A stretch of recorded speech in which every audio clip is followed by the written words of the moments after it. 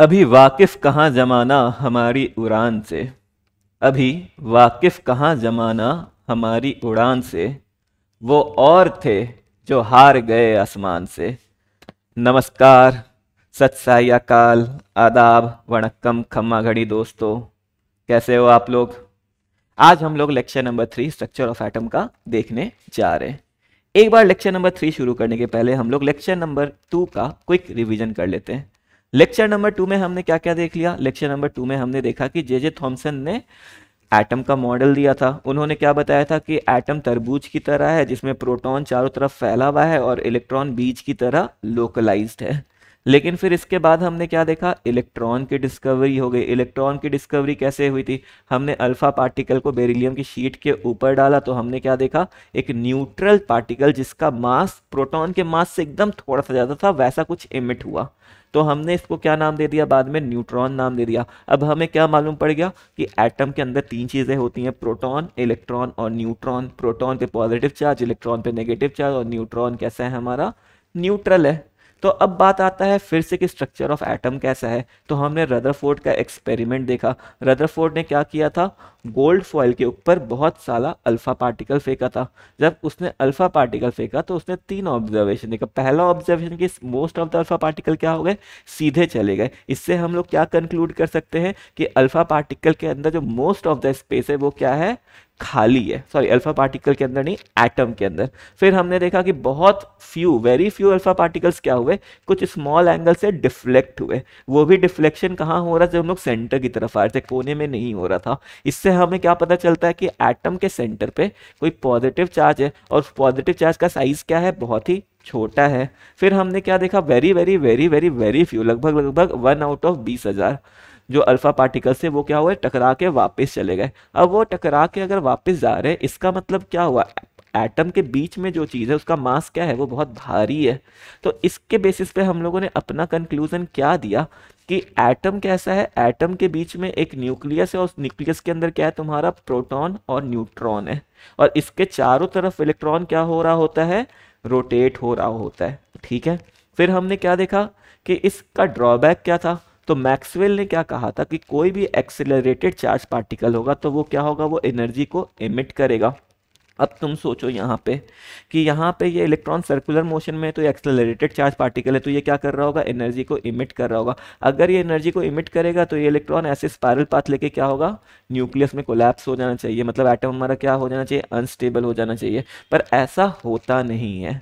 तो जो रदरफोर्ड का मॉडल था वो एटम की स्टेबिलिटी को एक्सप्लेन नहीं कर पा रहा था। ठीक है। अभी तक ध्यान रखना, अभी तक कोई भी ऑर्बिट का कॉन्सेप्ट नहीं आता है।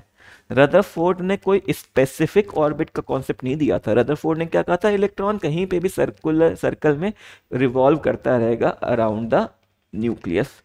चलो अब हम लोग लेक्चर नंबर 3 की तरफ शुरू करते हैं। आज का लेक्चर हमारा थोड़ा मैथमेटिकल होगा। ठीक है, आज का लेक्चर हमारा थोड़ा मैथमेटिकल होगा। तो देखते हैं।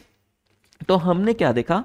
एटम के अंदर क्या होता है? तीन चीज होता है। इलेक्ट्रॉन होता है, प्रोटॉन होता है, और क्या होता है? न्यूट्रॉन होता है। तो इसी से रिलेटेड हमारा जो सबसे पहला टर्म आता है वो आता है एटॉमिक नंबर। क्या आता है? Atomic number. अब एटॉमिक नंबर को हम लोग रिप्रेजेंट कैसे करते हैं? एटॉमिक नंबर को हम लोग रिप्रेजेंट करते हैं, it is represented by symbol Z। किससे रिप्रेजेंट करेंगे हम लोग? Z से। एटॉमिक नंबर होता क्या है? It is equal to number of proton. ये किसके बराबर है? जो भी एटम के अंदर जितना प्रोटॉन होता है उसके बराबर क्या होता है? Atomic number. ठीक है। हम लोग इसको नंबर ऑफ प्रोटॉन किसके बराबर होता है? Number of electron. क्या number of proton is equal to number of electron लिख सकते हैं हम लोग? नहीं, बिल्कुल भी नहीं। चलो एक एग्जांपल से समझते हैं। सोडियम में कितना इलेक्ट्रॉन है? 11। सोडियम प्लस में कितना इलेक्ट्रॉन है? 10 है कि नहीं है? दोनों में इलेक्ट्रॉन अलग अलग हो गया कि नहीं हो गया? तो जब भी हमें number of proton is equal to number of electron लिखना होगा तो हम लोग क्या लिखेंगे? Number of electron in neutral atom. कोई दिक्कत क्या? आगे बढ़े हम लोग। चलो ठीक है। तो एटॉमिक नंबर हमने देख लिया। एटॉमिक नंबर मतलब क्या हुआ, न्यूक्लियस के अंदर कितना प्रोटॉन है, या फिर न्यूट्रल एटम में हमारा क्या है, कितना इलेक्ट्रॉन है। चलो अब इसके बाद दूसरा टर्म हमारा आता है मास नंबर। क्या आता है हमारा, मास नंबर। मास नंबर को हम लोग किससे रिप्रेजेंट करते हैं, मास नंबर को रिप्रेजेंट करते हैं हम लोग, it is represented by symbol A. Mass number को हम लोग किससे रिप्रेजेंट करेंगे, ए से। मास नंबर होता क्या है, mass number is equal to number of proton plus number of neutron. कोई दिक्कत? अब बताओ नंबर ऑफ प्रोटॉन हमारा क्या था, सोचो। एकदम सही बात कहा आपने, नंबर ऑफ प्रोटॉन क्या था मेरा, एटॉमिक नंबर। तो दिस इज इक्वल टू हम लोग atomic number plus number of neutron भी कह सकते कि नहीं कह सकते, एकदम सही बात है। तो अगर तुम यहां से ध्यान दो, तुम्हारा फॉर्मूला क्या बन गया, mass number is equal to atomic number plus number of neutron. तो किसी भी एटम में नंबर ऑफ न्यूट्रॉन मेरा कितना हो जाएगा, नंबर ऑफ न्यूट्रॉन हो जाएगा मेरा मास नंबर माइनस एटॉमिक नंबर। कोई दिक्कत? चलो अब हम लोग देखते हैं कोई भी एटम का रिप्रेजेंटेशन कैसा होगा।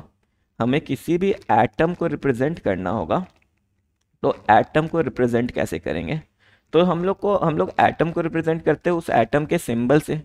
मान लो उस एटम का सिंबल था हमारा एक्स, तो ये एक्स के नीचे हम लोग हमेशा लिखेंगे एटॉमिक नंबर। नीचे हम लोग क्या लिखेंगे, एटॉमिक नंबर, और ऊपर क्या लिखेंगे हम लोग, मास नंबर। जैसे कि मान लो एग्जाम्पल के लिए हम लोग सोडियम को रिप्रेजेंट करना चाहते हैं, तो सोडियम का एटॉमिक नंबर मेरा कितना होता है 11, और मास नंबर कितना होता है 23। इसको आप ऐसे देख लो कि ये एक सीढ़ी की तरह है, नीचे वाली सीढ़ी पे कम नंबर और ऊपर वाली सीढ़ी पे बड़ा नंबर। ठीक है, चलो आगे बढ़ते हैं। तो हमने क्या देख लिया, एटॉमिक नंबर और मास नंबर। अच्छा चलो मान लो आपको ये एटम का सिंबल दे रखा है सोडियम 1123, और आपसे पूछ रहा है बताओ इसमें इलेक्ट्रॉन कितना है और प्रोटॉन कितना है और न्यूट्रॉन कितना है। तो बता दो, तो इसमें इलेक्ट्रॉन कितना होगा बेटा, एकदम सही कहा, इलेक्ट्रॉन होगा 11। प्रोटॉन कितना होगा 11। क्यों 11 होगा, क्योंकि इसका एटॉमिक नंबर कितना है, इसका एटॉमिक नंबर है 11। तो इलेक्ट्रॉन और प्रोटॉन क्या होगा, एटॉमिक नंबर के बराबर होता है, और एटॉमिक नंबर इसका कितना है 11। चलो अब न्यूट्रॉन कितना हो जाएगा, तो न्यूट्रॉन इज इक्वल टू मेरा कितना होता है, mass number minus atomic number. तो mass number minus atomic number, ये कितना हो जाएगा मेरा 23 माइनस 11, ये क्या हो गया तुम्हारा, ये आ गया मेरा लगभग 12। ठीक है। अच्छा यहाँ पे एक वर्ड हमारा और आता है न्यूक्लियॉन। क्या आता है, न्यूक्लियॉन्स। न्यूक्लियॉन्स मतलब क्या होता है, एनीथिंग इनसाइड न्यूक्लियस। तो बताओ न्यूक्लियस के अंदर क्या क्या होगा, प्रोटॉन और न्यूट्रॉन होगा कि नहीं होगा। तो न्यूक्लियॉन्स हम लोग किसको कहते हैं, proton and neutron together are known as nucleons. कोई दिक्कत? तो अगर वापस से मैं इसमें आऊं, मैं इसमें पूछूं आपसे कि यहाँ पे टोटल नंबर ऑफ न्यूक्लियॉन्स कितना है, तो बता दो तो मेरे को यहाँ पे टोटल नंबर ऑफ न्यूक्लियॉन्स कितना है। तो टोटल नंबर ऑफ न्यूक्लियॉन्स कितना है, basically number of neutron plus number of proton. तो ये मेरा कितना हो गया 12 प्लस 11, जो कि मेरा हो जाएगा 23। बेसिकली जो मेरा मास नंबर है वही मेरा क्या होगा, टोटल नंबर ऑफ न्यूक्लियॉन होगा। तो हमने क्या क्या देख लिया अभी तक, हमने देख लिया एटॉमिक नंबर, हमने देख लिया मास नंबर, फिर हमने क्या देख लिया, न्यूक्लियॉन्स क्या होता है। अब मेरा एक सवाल कि क्या, क्वेश्चन ये है, will atom of an element exist in only one form. बताओ क्या कोई एटम है जिसका एटॉमिक नंबर मान लो 1 है, तो क्या वो सिर्फ एक ही फॉर्म में एग्जिस्ट करेगा। तो इसका जवाब है नो, वो बिल्कुल भी एक फॉर्म में एग्जिस्ट नहीं करेगा, उसका एक से ज्यादा फॉर्म बिल्कुल हो सकता है। तो किसी एटम का अगर एक से ज्यादा फॉर्म होता है तो उसको हम लोग क्या कहते हैं, जल्दी से बता दो तो, उसको हम लोग कहते हैं आइसोटोप्स। कोई दिक्कत? उसको हम लोग क्या कहते हैं? आइसोटोप्स। तो हम लोग समझते हैं आइसोटोप्स मतलब क्या हुआ। तो आइसोटोप्स दो वर्ड से मिलकर बना है, आइसो और टोप्स। आइसो मतलब होता है सेम। कोई दिक्कत? आइसो मतलब क्या हुआ? सेम। तो आइसोटोप्स मतलब क्या हो गया? ऐसे एलिमेंट जिसका क्या हो? सेम एटॉमिक नंबर हो बट डिफरेंट मास नंबर हो। कोई दिक्कत? आइसोटोप्स मतलब क्या हुआ? जिसका एटॉमिक नंबर सेम हो लेकिन मास नंबर क्या हो? एकदम डिफरेंट हो। चलो हम लोग इसको एग्जांपल से समझते हैं कुछ। तो जैसे कि हम लोग देखते हैं आइसोटोप्स ऑफ हाइड्रोजन। तो देखो हाइड्रोजन का हमारे पास 3 आइसोटोप है। अब तुम सोचो एटॉमिक नंबर सबका सेम होगा। हाइड्रोजन के हमारे पास कितने आइसोटोप्स है? 3 आइसोटोप्स है। कितने आइसोटोप्स है हाइड्रोजन के हमारे पास? 3 आइसोटोप्स है। ये इतना नाच क्यों रहे भाई? रुक जा रुक जा रुक जा। चलो देखते हैं।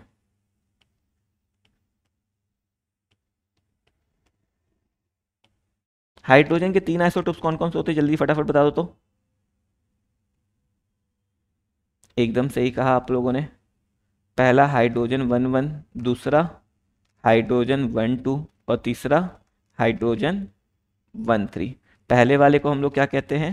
इसको हम लोग कहते हैं प्रोटियम। इसको हम लोग क्या कहते हैं? ड्यूटीरियम। और इसको हम लोग क्या कहते हैं?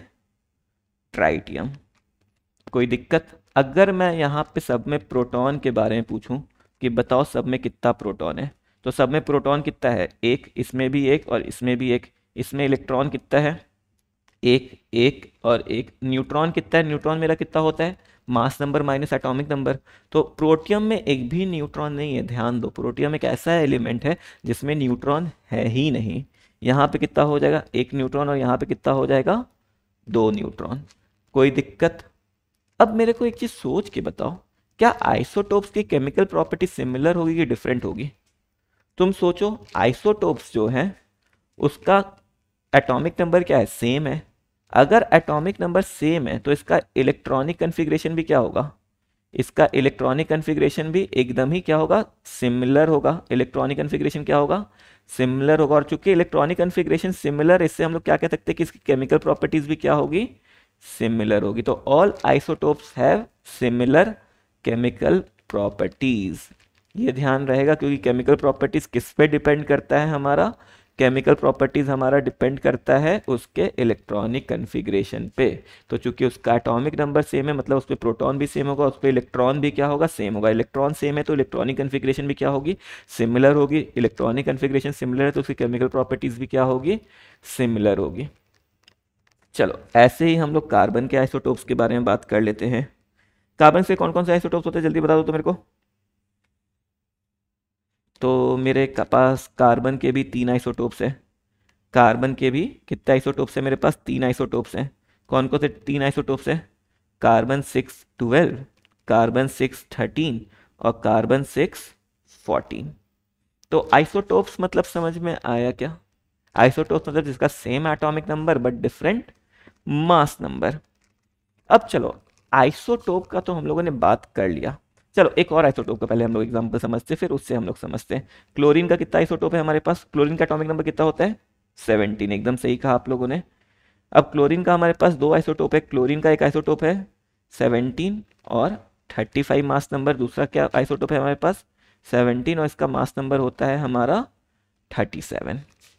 अब मेरे को ये सोच के बताओ कि जब हम लोग कहते हैं कि atomic weight of chlorine is equal to 35.5, तो हम लोग कहना क्या चाहते हैं? ये कौन से क्लोरीन का मास है भैया? ये इसका मास है कि इसका मास है? कौन से आइसोटोप का मास है? तो देखो जब भी हम लोग एटॉमिक वेट ऑफ क्लोरीन कहते हैं ना, तो यहां मेरा कहने का मतलब क्या होता है? यहां मेरा कहने का मतलब होता है कि हम लोग बात कर रहे हैं average atomic weight of all isotopes. Average atomic weight of all isotopes. चलो एक एग्जाम्पल से हम लोग देखते हैं कि हम लोग इसे कैसे निकालेंगे। तो सोचो हमारे पास ये जो क्लोरीन था, ये क्लोरीन का जो नेचर में रिलेटिव एबंडेंस होता है ना, रिलेटिव एबंडेंस मतलब क्या हुआ कि इस दोनों क्लोरीन में कौन कितने मात्रा में पाया जा रहा है। तो ये जो मेरा क्लोरीन 35 होता है, ये हमें नेचर में मिलता है 75%, और ये जो मेरा क्लोरीन 37 होता है, ये हमें कहाँ कितना मिलता है 25% खाली। तो सोचो इसका मास कितना है, इसका मास है 37 और इसका मास कितना है 35। अब देखो, अब जब हम लोग को average atomic weight of chlorine निकालना होगा, average atomic weight of chlorine, तो इसका कितना आइसोटोप है, दो आइसोटोप है, 25% है 37 वाला और 75% है 35 वाला। तो ये कितना हो जाएगा मेरा 25 इंटू 25 वाला कितना था मेरा 37 मास था, इंटू 37 प्लस ये कितना है तुम्हारा 75 into 35, 75 into 35 divided by 25 plus 75। जब हम लोग इसको आप सॉल्व करते तो अप्रोक्सीमेटली कितना आ जाता है 35.5। तो समझ में आ रहा है, जब भी हम लोग एटॉमिक मास का बात करेंगे, एटॉमिक वेट का बात करेंगे, तो वो हमेशा क्या होगा, वो एवरेज ऑफ ऑल आइसोटोप्स होगा। चलो अब इसमें एक सवाल और आता है कि सर हम लोग एटम का मास कैसे निकालेंगे भाई। तो चलो हम लोग देखते हैं मास ऑफ एटम कैसे देखें हम लोग। मास ऑफ एन एटम हम लोग कैसे देखें। तो भाई सिंपल सा बात बताओ, एक बैग के अंदर तीन चीज है, तो तीनों उस बैग का मास क्या होगा, उस तीनों चीज का मास का सम होगा। अब एटम के अंदर हमारे पास क्या क्या है, एटम के अंदर हमारे पास इलेक्ट्रॉन है, एटम के अंदर प्रोटॉन है, और एटम के अंदर क्या है, न्यूट्रॉन है हमारा। अब सोचो मान लो कोई एटम था जिसके अंदर इलेक्ट्रॉन भी 11 है, प्रोटॉन भी 11 है, और न्यूट्रॉन कितना है हमारा, न्यूट्रॉन भी अप्रोक्सीमेटली हम लोग मान लेते हैं 12 है। कितना है 12 है। तो बताओ इस एटम का मास कितना होगा, इस एटम का मास कितना होगा, इस एटम का मास इतना ही होगा ना भाई, 11 into mass of 1 electron plus 11 into mass of 1 proton plus 12 into mass of 1 neutron. अब सोचो अगर ये सबको हम लोग ऐड करेंगे तो एक इलेक्ट्रॉन का मास कितना हुआ, 11 into 1/1834 plus 11 into 1 AMU plus 11 into approximately 1 AMU। Proton और न्यूट्रॉन का मास तो 1 AMU होता है ना। अब तुम यहाँ पे सोचो कि जो इलेक्ट्रॉन का मास है वो प्रोटॉन और न्यूट्रॉन के सामने क्या है, बहुत ही कम है कि नहीं, सॉरी ये 12 हो जाएगा। जो इलेक्ट्रॉन का मास है वो प्रोटॉन के सामने बहुत ही कम है कि नहीं है। तुम सोचो अगर हम लोग उसको ऐड करेंगे तो ये मेरा 11 आ जाएगा, ये मेरा 12 आ जाएगा, और ये मेरा क्या आएगा 0.00 समथिंग समथिंग समथिंग समथिंग कुछ कुछ आएगा कि नहीं आएगा। अब 11 और 12 के सामने हम लोग 0.00 को इग्नोर कर सकते हैं कि नहीं कर सकते। तो ये अप्रोक्सीमेटली कितना आ जाता है मेरा 23 AMU के आसपास आ जाता है। तो हमें कभी भी मास कैलकुलेट करना होगा तो जो मास होगा वो अप्रोक्सीमेटली किसके बराबर आएगा हमारा, that will become approximately equal to mass number. कोई दिक्कत क्या, आगे बढ़ सकते हैं। मास नंबर के बराबर क्यों आया, क्योंकि हम लोग इलेक्ट्रॉन के मास को प्रोटॉन और न्यूट्रॉन के सामने इग्नोर कर दे। देखो कम तो क्या है, कम तो तीनों ही है, प्रोटॉन का मास भी कम है, न्यूट्रॉन का मास भी कम है, लेकिन और इलेक्ट्रॉन का मास भी कम है। लेकिन इग्नोर हम लोग कैसे करते हैं, इग्नोर हम लोग किसी के कंपैरिजन में करते हैं। इलेक्ट्रॉन क्या लग रहा है, ये इलेक्ट्रॉन प्रोटॉन के सामने बहुत कमजोर लग रहा है कि नहीं लग रहा है, तो इस इलेक्ट्रॉन के मास को हम लोग ड्रॉप कर देते हैं लगभग लगभग कैलकुलेशन करते वक्त। तो चलो हमने सीख लिया कि एटम का मास क्या होता है, वो अप्रोक्सीमेटली इक्वल टू क्या आएगा हमारा, हमेशा मास नंबर के बराबर आएगा, लगभग लगभग, हमेशा ही नहीं, लगभग लगभग।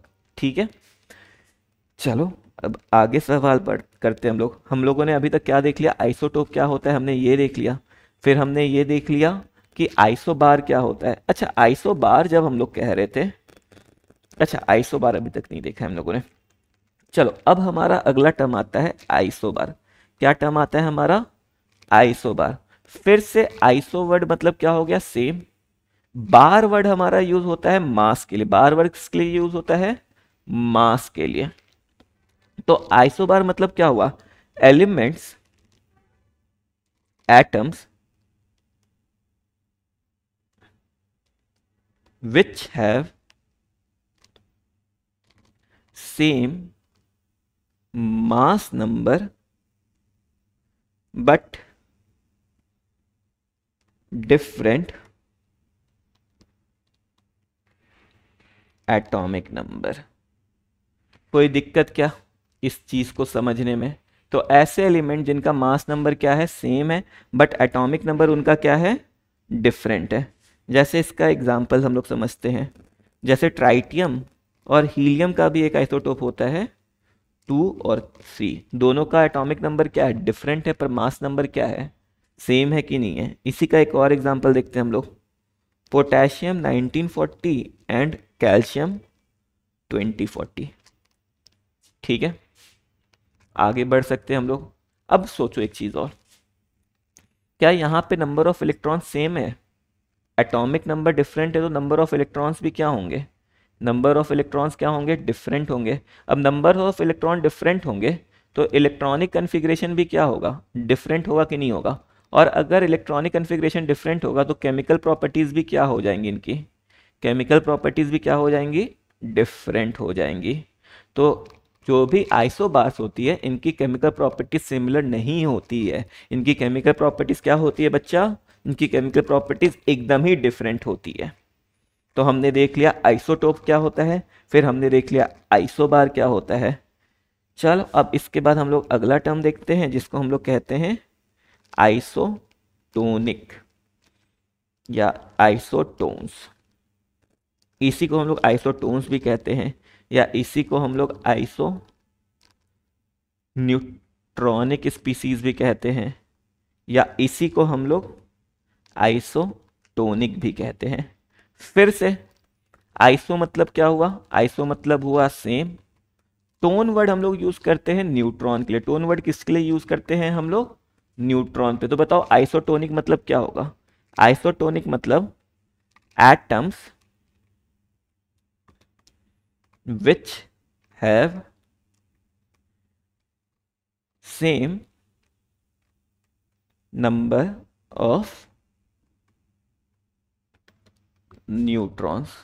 कोई दिक्कत, आगे बढ़ सकते हैं हम लोग। चलो ठीक है, तो यहां पे क्या होंगे, नंबर ऑफ न्यूट्रॉन्स क्या होंगे आइसोटोन्स में, हमेशा सेम होंगे। जैसे एग्जांपल के लिए देखते हैं हम लोग, हाइड्रोजन 13 और हीलियम 24, दोनों में न्यूट्रॉन कितना होगा, इसमें भी नंबर ऑफ न्यूट्रॉन्स कितना होगा, 3 - 1 मतलब 2, और इसमें भी नंबर ऑफ न्यूट्रॉन्स कितना होगा, 4 - 2 मतलब 2। कोई दिक्कत? एक और एग्जांपल हम लोग देखते हैं, एक और एग्जांपल से हम लोग इसको समझ सकते हैं, जैसे कि पोटेशियम 39 और कैल्शियम 20 और 40। यहाँ पे भी अगर हम लोग न्यूट्रॉन निकालना चाहे तो ये कितना हो जाएगा, 39 - 19 मतलब 20, और यहाँ पे भी निकालना चाहे तो न्यूट्रॉन मेरा कितना आ जाएगा बेटा, 40 - 20 मतलब अप्रॉक्सीमेटली 20 के आसपास आ जाएगा। चलो ऐसे ही मेरा एक अगला टर्म आता है जिसको हम लोग कहते हैं आइसो इलेक्ट्रॉनिक स्पीसीज। क्या कहते हैं हम लोग, आइसो इलेक्ट्रॉनिक स्पीसीज। अब फटाफट मेरे को ये बता दो तो आइसो इलेक्ट्रॉनिक स्पीसीज क्या होता है। फिर से सोचो, आइसो मतलब सेम, इलेक्ट्रॉनिक मतलब किसकी बात कर रहे होंगे हम लोग, इलेक्ट्रॉनिक मतलब इलेक्ट्रॉन की बात कर रहे होंगे। तो आइसो इलेक्ट्रॉनिक मतलब क्या हो गया हमारा, आइसो इलेक्ट्रॉनिक मतलब हो गया दोज स्पीसीज, ये स्पीसीज तुम्हारे आयंस हो सकते हैं, ये तुम्हारा मॉलिक्यूल हो सकता है, ये एटम हो सकता है, कुछ भी हो सकता है, विच हैव व्हाट, बोलो एकदम सही, सेम नंबर ऑफ इलेक्ट्रॉन। देखो आप लोग मेरे साथ भले हम लोग वीडियो लेक्चर देख रहे हैं, पर आप लोग साथ में बोलते रहा करो। अगर आप लोग बोलोगे ना तो आप लोग को चीज़ें जल्दी याद होंगी, समझ में आ रहा है, आप बाद में उससे आसानी से अपने आप को रिलेट कर पाओगे। तो चलो आइसो इलेक्ट्रॉनिक स्पीसीज का हम लोग एग्जाम्पल देखते हैं। तो इसका एग्जाम्पल क्या हो गया हमारा, जैसे कि Cl माइनस और आर्गन। आर्गन का तो एटॉमिक नंबर 18 होता है, क्लोरीन का कितना होता है, 17 होता है। अब क्लोरीन ने क्या कर लिया है, एक इलेक्ट्रॉन गेन कर लिया है, तो उसके पास कितना इलेक्ट्रॉन हो गया, क्लोरीन के पास 17 प्लस 1 18 Cl माइनस में। और आर्गन में तो इलेक्ट्रॉन कितना होता है, 18 होता ही है। तो दोनों में 18 इलेक्ट्रॉन है कि नहीं। एक और एग्जाम्पल देखते हैं, एक और एग्जाम्पल जैसे कि H2O एंड NH3। तो सोचो H2O मतलब क्या हुआ, हाइड्रोजन में एक इलेक्ट्रॉन, हाइड्रोजन में कितना इलेक्ट्रॉन, एक इलेक्ट्रॉन, दो हाइड्रोजन है तो 2 × 1, प्लस ऑक्सीजन में कितना इलेक्ट्रॉन, ऑक्सीजन का एटॉमिक नंबर कितना होता है, बताओ बताओ बताओ बताओ, 8। ऑक्सीजन का एटॉमिक नंबर कितना होता है, 8। तो ऑक्सीजन में कितना इलेक्ट्रॉन, 8 इलेक्ट्रॉन। तो ये टोटल कितने इलेक्ट्रॉन हो गए, 10 इलेक्ट्रॉन हो गए। ऐसे ही नाइट्रोजन में सोच के बताओ, नाइट्रोजन में कितना इलेक्ट्रॉन होता है, 7 इलेक्ट्रॉन होता है, प्लस हाइड्रोजन में 1 और 3 हाइड्रोजन इंटू 3, तो ये भी कितना हो गया मेरा, 10 इलेक्ट्रॉन हो गया कि नहीं हो गया। तो H2 and NH3 are also isoelectronic species. अब देखो, अब हम लोग दो टर्म और देखने जा रहे हैं, पर इस दो टर्म से सवाल पूछा नहीं जाता है, बस जानने के लिए लिख लेते हैं, आपका मन करे तो आप भूल जाना, ठीक है। एक वर्ड होता है मेरा आइसोस्टस। क्या होता है, आइसोस्टस। तो आइसोस्टस मतलब क्या होता है, दे आर मॉलिक्यूल्स,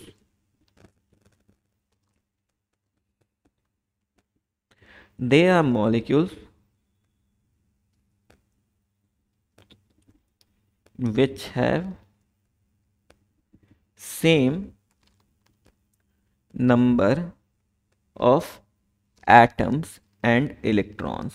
मतलब उसमें क्या होगा, नंबर ऑफ एटम्स और नंबर ऑफ इलेक्ट्रॉन, ये दोनों की दोनों चीजें क्या होनी चाहिए, सेम होनी चाहिए।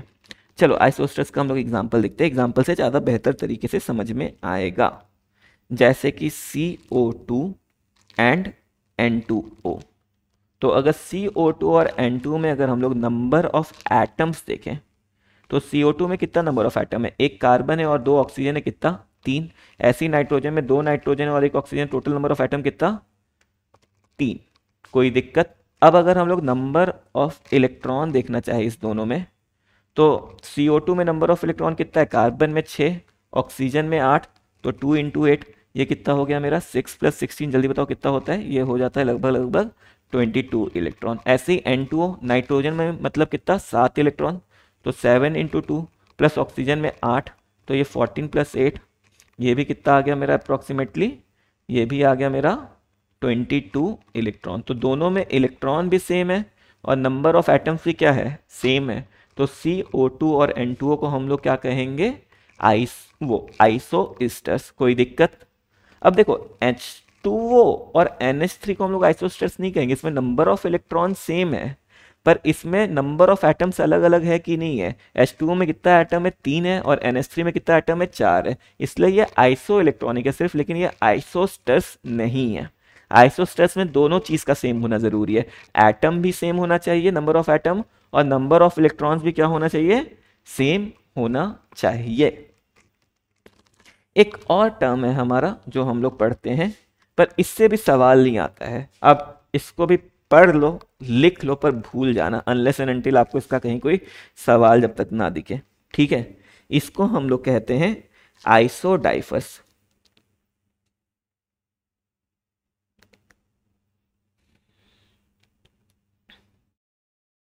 यहां पे क्या सेम होना चाहिए, आइसोडाइफस मतलब those element which have same, what same, number of neutron minus number of protons क्या होने चाहिए, इसमें सेम होने चाहिए। क्या सेम होना चाहिए, नंबर ऑफ न्यूट्रॉन और नंबर ऑफ प्रोटॉन का जो डिफरेंस होता है वो क्या होना चाहिए, सेम होना चाहिए। एग्जाम्पल के लिए देखते हैं हम लोग, जैसे बोरोन 511 और कार्बन 613। तो बताओ, हम लोग काउंट करें तो प्रोटॉन इसमें कितना है, 5, और इसमें कितना है, 6। न्यूट्रॉन यहाँ कितना हो जाएगा, मास नंबर माइनस एटॉमिक नंबर मतलब कितना, 11 - 5, ये कितना हो गया, 6। और यहाँ पे ये कितना हो गया मेरा, 13 - 6 मतलब 7। तो number of neutron minus number of proton कितना है यहाँ पे, 6 - 5 लगभग 1, और यहाँ पे कितना आया, 7 - 6 मतलब कितना आया यहाँ पे, यहाँ पे भी आ गया मेरा 1। नंबर ऑफ न्यूट्रॉन और number of minus number of proton same है कि नहीं है? तो ऐसे एलिमेंट्स को हम लोग क्या कहते हैं? आइसोडाइफर्स। मैं आपको कुछ क्वेश्चन दे रहा हूँ, आप एक बार खुद से करके देखना क्या ये दोनों आइसोडाइफर्स है क्या। तो क्वेश्चन है मेरा नाइट्रोजन 715 और फ्लोरीन 9 और 19, ये दोनों भी मेरा आइसोडाइफर आएगा। आप लोग एक बार करके चेक करके देखना कि यहाँ पे number of proton minus number of neutron minus number of proton same है या नहीं है। अगर कोई दिक्कत हो आपको इसमें तो आप लोग कमेंट करके मुझसे पूछना, मैं कमेंट पे आपको इसका जवाब बता दूंगा। चलो ठीक है, अब आगे देखते हैं हम लोग। तो अभी तक हम लोगों ने क्या क्या देख लिया भाई? अभी तक हम लोगों ने देख लिया आइसोटोप्स क्या होता है, फिर हमने क्या देखा? आइसोबार्स क्या होता है, फिर हमने क्या देखा? आइसोटोन्स क्या होता है, फिर हमने क्या देखा? आइसो इलेक्ट्रॉनिक क्या होता है। तो आइसोटोप्स में क्या सेम चीज़ें थी हमारी? आइसोटोप्स में सेम चीज़ें थी हमारी, एटॉमिक नंबर हमारा यहाँ पे क्या था? सेम था। आइसोबार में क्या सेम था? मास नंबर सेम था। आइसोटोन, टोन मतलब नंबर ऑफ न्यूट्रॉन मेरा सेम था। आइसो इलेक्ट्रॉनिक मतलब नंबर ऑफ इलेक्ट्रॉन मेरा सेम था। फिर दो टर्म हमने और देखा था जिस पे हमें बहुत ज़्यादा ध्यान नहीं देना है। जैसे एक टर्म था हमारा आइसोस्टर्स। आइसोस्टर्स मुझे क्या होता है मेरा? यहाँ पे नंबर ऑफ एटम भी सेम होना चाहिए और क्या सेम होना चाहिए? नंबर ऑफ इलेक्ट्रॉन भी सेम होना चाहिए। फिर हमने देखा था आइसोडाइफर्स। आइसोडाइफर्स में क्या होता है मेरा? Number of proton, sorry, number of neutron minus number of proton क्या होना चाहिए? सेम होना चाहिए। चलो अब हम लोग कुछ सवाल करते हैं इससे रिलेटेड। तो पहला सवाल है हमारा,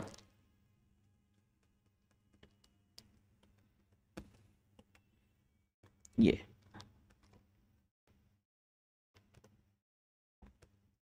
तो चलो एक बार फटाफट आप लोग क्या करो ना, आप लोग एक बार स्क्रीन अपने वीडियो को पॉज करके ये क्वेश्चन पढ़ो और ये क्वेश्चन अटेम्प्ट करने का कोशिश करो। पहले ये क्वेश्चन अटेम्प्ट कर लेना, फिर वीडियो को अनपॉज करके इसका एक्सप्लेनेशन सुनना, ठीक है? या चेक करना आपने सही किया है या गलत किया है। तो पॉज करो, चलो देखते हैं हम लोग कि क्या है। ये क्या बोल रहा है? हमने मास ऑफ न्यूट्रॉन को क्या कर दिया है? डबल कर दिया। मास ऑफ न्यूट्रॉन को क्या कर दिया हमने? 2 टाइम्स कर दिया। मास ऑफ इलेक्ट्रॉन को हमने क्या कर दिया है? आधा कर दिया है। तब हमें किसका मास पता करना है? कार्बन 612 का मास पता करना है। तो चलो ठीक है, सबसे पहले तो हम लोग लिखते हैं कार्बन 612। इसमें मेरा प्रोटॉन कितना होगा? इसमें मेरा प्रोटॉन है 6, इलेक्ट्रॉन कितना है? 6, न्यूट्रॉन कितना हो जाएगा मेरा? 12 माइनस 6 मतलब कितना? 6। कोई दिक्कत? अब समझो, अगर मैं इसका ओरिजिनल मास का बात करूं, प्रोटॉन का जो मेरा ओरिजिनल मास था, तो ओरिजिनल मास प्रोटॉन का कितना होता है मेरा? 1 AMU होता है कि नहीं होता है? तो प्रोटॉन का मास कितना हो जाएगा मेरा? 6 AMU। इलेक्ट्रॉन का कितना हो जाएगा? इलेक्ट्रॉन के मास को हम लोग क्या करते हैं? इग्नोर कर देते कि नहीं कर देते हैं? चलो तब भी एक बार लिख लेते हैं, ये कितना हो जाएगा? 6 इंटू 1/1834 AMU। और न्यूट्रॉन का मास भी कितना होता है? 6 इंटू 1, मतलब ये कितना आ जाएगा मेरा? लगभग लगभग 6 AMU। मतलब ओरिजिनल अगर हम लोग मास इसका कैलकुलेट करते तो ये इलेक्ट्रॉन का मास इग्नोर कर सकते हैं। 6 + 6 कितना आएगा? 12 AMU आएगा। लेकिन हमने क्या किया है? न्यूट्रॉन का मास ट्वाइस कर दिया है और इलेक्ट्रॉन का मास क्या कर दिया है? आधा कर दिया है। तो प्रोटॉन का बाद में भी कितना रहा? 1 AMU रहा। तो 6 इंटू 1 बाद में भी कितना आएगा? 6 आएगा। इलेक्ट्रॉन का मास आधा हो जाएगा। अब इलेक्ट्रॉन तो पहले ही से कम था, अब थोड़ा सा और कम हो जाए तो क्या फर्क पड़ता है, उसको तो इग्नोर ही कर देते हैं। न्यूट्रॉन का मास मेरा क्या था? न्यूट्रॉन का मास हमने ट्वाइस कर दिया, मतलब पहले 1 था, अब क्या कर दिया है? 2। तो न्यूट्रॉन का मास कितना हो जाएगा मेरा? लगभग लगभग 12 AMU। अब सोचो इसका टोटल मास कितना हो गया? यहाँ पे प्रोटॉन का 6 और न्यूट्रॉन का 12, मतलब कितना हो गया? 18 AMU हो गया। तो अब बताओ नया एटॉमिक मास कितना हो जाएगा? जो तुम्हारा ओल्ड एटॉमिक मास था या ओरिजिनल एटॉमिक मास था, वो मेरा कितना आ रहा था? 12 AMU। मेरा न्यू एटॉमिक मास कितना आएगा? न्यू एटॉमिक मास आ गया मेरा 18 AMU। कोई दिक्कत? फिर इसमें क्या पूछ रहा है? Find the percentage by which it is increased. तो परसेंटेज इंक्रीमेंट क्या हो जाएगा मेरा? परसेंटेज इंक्रीमेंट क्या होता है? Increase by original into 100। तो इंक्रीज मेरा कितना हो जाएगा? फाइनल माइनस इनिशियल, मतलब 18 माइनस 12 बाय ओरिजिनल 12 इंटू 100। तो जब इसको हम लोग सॉल्व करेंगे तो ये मेरा आ जाएगा 50%। तो मेरा मास कितने से इंक्रीमेंट हो गया है? 50% से इंक्रीज हो गया है। आगे बढ़े, चलो अगला सवाल देखते हैं।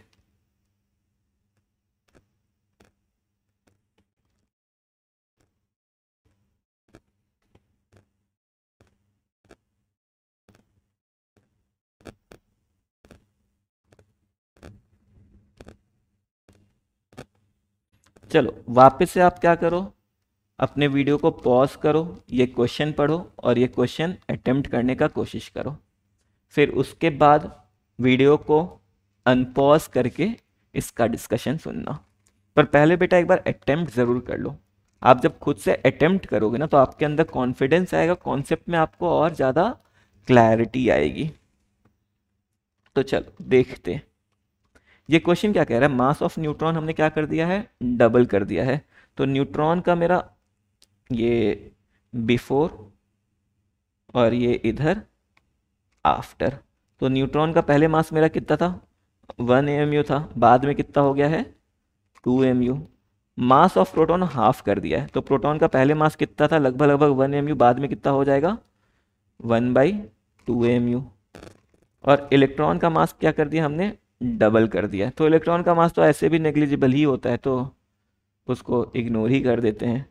तो पूछ रहा what is the new atomic weight of carbon 612। तो कार्बन 612 में तुम्हारा प्रोटॉन कितना है? 6 है, और न्यूट्रॉन भी कितना है?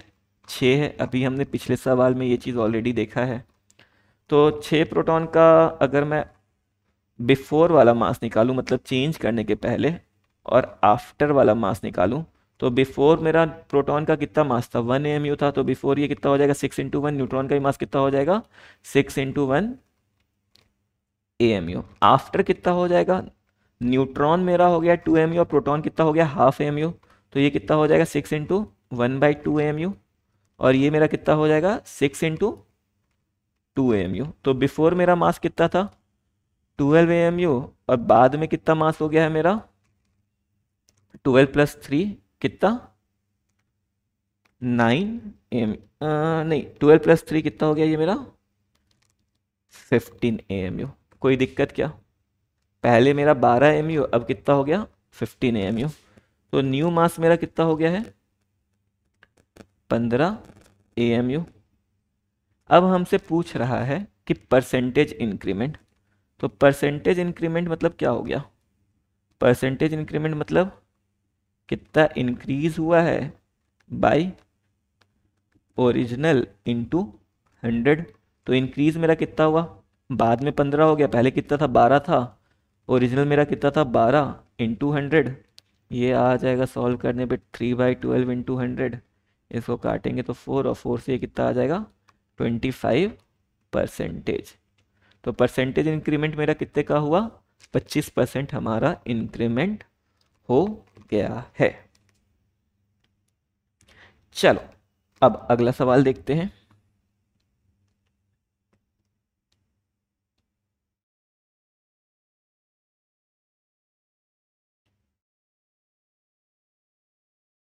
चलो एक बार फिर से अपना वीडियो पॉज करो और ये क्वेश्चन अटेम्प्ट करने की कोशिश करो। चलो हम लोग देखते हैं। अच्छा, सिंपल सा बात बताओ पहले मेरे को पहले आप बताना एटॉमिक नंबर। ये क्वेश्चन डिस्कस करने के पहले मैं आपसे एटॉमिक नंबर पूछूंगा। सोडियम का एटॉमिक नंबर कितना होता है? एकदम सही कहा आपने, 11। अगर Na+ होगा तो उसका एटॉमिक नंबर कितना रहेगा? 11 ही रहेगा। बेसिकली Na+ में क्या हुआ? एक इलेक्ट्रॉन बाहर निकला ना, प्रोटॉन तो बाहर नहीं निकला ना। लेकिन अगर मैं इस दोनों में आपसे पूछूं नंबर ऑफ इलेक्ट्रॉन, तो सोडियम में कितना इलेक्ट्रॉन है? 11। और Na प्लस में कितना हो जाएगा, 11 में से एक इलेक्ट्रॉन बाहर निकल गया, तो Na प्लस में कितना इलेक्ट्रॉन है, 11 माइनस 1 मतलब कितना, 10 इलेक्ट्रॉन। ठीक है, अब चलो अब हम लोग क्वेश्चन की तरफ देखते हैं। क्वेश्चन हमसे क्या कह रहा है, number of proton in x minus to क्या होगा, 16 होगा। अच्छा सोचो, यहाँ पे अगर हमें नंबर ऑफ प्रोटॉन निकालना होता तो नंबर ऑफ प्रोटॉन Na और Na प्लस में क्या होता, सेम होता कि नहीं होता। चलो अब क्वेश्चन की तरफ देखते हैं, हमें क्या दे रखा है, number of proton in x minus two is equal to कितना, 16। तो सोचो number of proton in x minus two अगर 16 है, तो number of proton in x भी कितना होगा, 16 होगा कि नहीं होगा। मतलब इस एटम का एटॉमिक नंबर कितना होगा, एटॉमिक नंबर कितना हो जाएगा ऑफ x, 16। मतलब number of electron in x कितना हो जाएगा, 16 हो जाएगा। फिर हमसे क्या पूछ रहा है, x प्लस टू, तो number of electron in x plus two कितना हो जाएगा, x प्लस टू मतलब क्या हुआ, 2 इलेक्ट्रॉन उसने बाहर निकाल दिया है, तो ये कितना हो जाएगा, 16 माइनस टू मतलब कितना हो गया बेटा, 14। तो नंबर ऑफ इलेक्ट्रॉन कितना हो जाएगा x प्लस टू में, 14 इलेक्ट्रॉन। तो ध्यान रखना इसका आंसर 14 है, कुछ और आंसर मत निकाल देना। आगे बढ़े क्या, कई लोग 12 मार्क कर देते, पर 12 मार्क नहीं करना है, ध्यान रखो x माइनस टू का नंबर ऑफ इलेक्ट्रॉन नहीं दे रखा है, नंबर ऑफ प्रोटॉन दे रखा है। तो चाहे x माइनस टू हो या x हो या x प्लस टू हो, नंबर ऑफ प्रोटॉन तो सब में सेम ही रहेगा। तो उससे हम लोगों ने x में इलेक्ट्रॉन निकाल लिया, फिर x प्लस टू में इलेक्ट्रॉन निकाल दिया। अच्छा इलेक्ट्रॉन लूज करने पे पॉजिटिव क्यों होता है, सोचो अगर आपसे नेगेटिविटी बाहर जाएगी तो आप क्या हो जाओगे, पॉजिटिव हो जाओगे ना। तो एक इलेक्ट्रॉन बाहर जाएगा तो क्या हो जाएगा आप पे, जब एक इलेक्ट्रॉन आपसे बाहर जाएगा तो क्या हो जाओगे आप, x प्लस वन हो जाओगे। जब आप में से 2 इलेक्ट्रॉन बाहर जाएगा तो आप क्या हो जाओगे, x प्लस टू। लेकिन अगर आप एक इलेक्ट्रॉन गेन कर लोगे तो आप क्या हो जाओगे, x माइनस वन। अगर इलेक्ट्रॉन आपके पास आएगा तो आप क्या हो जाओगे, नेगेटिवली चार्ज हो जाओगे। ऐसे ही 2 इलेक्ट्रॉन आप गेन करोगे तो क्या हो जाओगे आप, x माइनस टू। चलो एक सवाल हम लोग और करते हैं।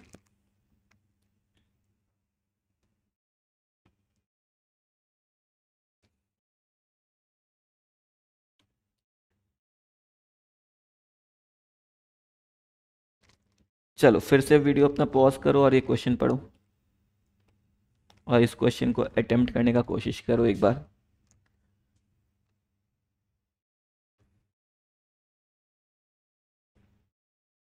कोई एलिमेंट है हमारे पास x, इसके हमारे पास 3 आइसोटोप्स है। कौन कौन से आइसोटोप्स है भाई, एक x11, एक x12 और एक x13।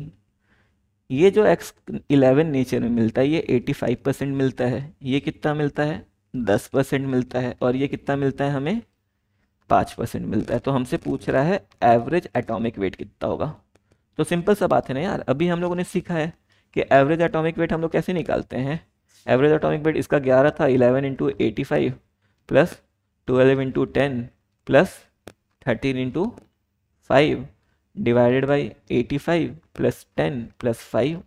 अगर हम लोग उसको सॉल्व करेंगे तो ये अप्रॉक्सीमेटली मेरा आ जाएगा 1120 by 100, that is equal to 11.2 AMU। Sorry 11.2, कोई डायमेंशन नहीं होता है एटॉमिक वेट का। कोई दिक्कत इसमें, आगे बढ़े। चलो एक आज का आखिरी सवाल है। अच्छा इस चैप्टर का जो भी प्रीवियस ईयर क्वेश्चन है ना, उसका मैंने अलग से एक वीडियो बना दिया है। वो वीडियो का लिंक आपको इस चैनल के डिस्क्रिप्शन में मिल जाएगा या एंड में आपको कार्ड में भी दिखेगा। आप उस पर क्लिक करोगे तो आपको इस चैप्टर का सारा प्रीवियस ईयर क्वेश्चन एक जगह सॉल्व मिल जाएगा। ठीक है, और इस लेक्चर का जो भी नोट्स है वो नीचे दिए गए टेलीग्राम चैनल के लिंक पे भी आपको मिल जाएगा। चलो एक लास्ट क्वेश्चन हम लोग आज का देखते हैं।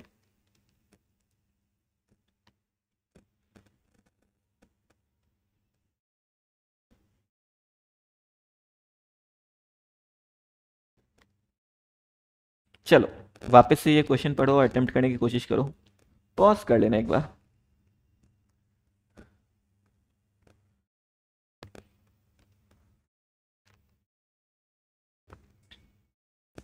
चलो ठीक है भाई, देखते हैं।